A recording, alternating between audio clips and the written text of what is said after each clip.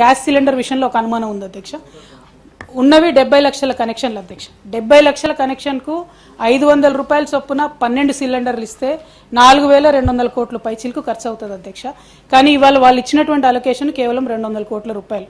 అంటే లబ్ధిదారుల సంఖ్యను కుదిస్తున్నారా, ఇచ్చేటటువంటి నంబర్ ఆఫ్ సిలిండర్స్ కుదిస్తున్నారా, లేకపోతే వైట్ రేషన్ కార్డు ఉంది లేదు అనేటటువంటి వంకలు పెడతారా, ఏం చేస్తారు, విధి విధానాలు ఎట్లా రూపొందిస్తారు? ఎందుకంటే ఇక్కడ గౌరవ సభ్యులు జీవన్ రెడ్డి గారు పదే పదే మాకు చెప్తారు అధ్యక్ష, discussion should happen with the stake holders అని చెప్తారు.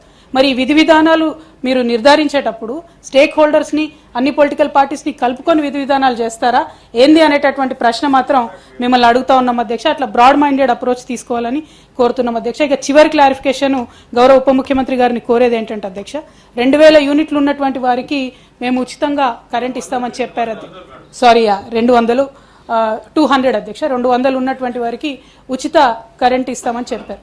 ఇక్కడ హైదరాబాద్ సిటీ ఫర్ ఎగ్జాంపుల్ తీసుకుంటే అధ్యక్ష, ఇప్పుడు కిరాయికి ఇన్నోళ్ళు ఉంటారు, ఓనర్లు ఉంటారు. మీటర్ ఏమో ఓనర్ పేరు మీద ఉంటుంది, కిరాయి ఉన్నోళ్ళేమో కరెంటు కడుతుంటారు. మరి ఎవరికి ఇస్తారు అన్నది ఇంతవరకు ఎవరికి అర్థమైతలేదు అధ్యక్ష.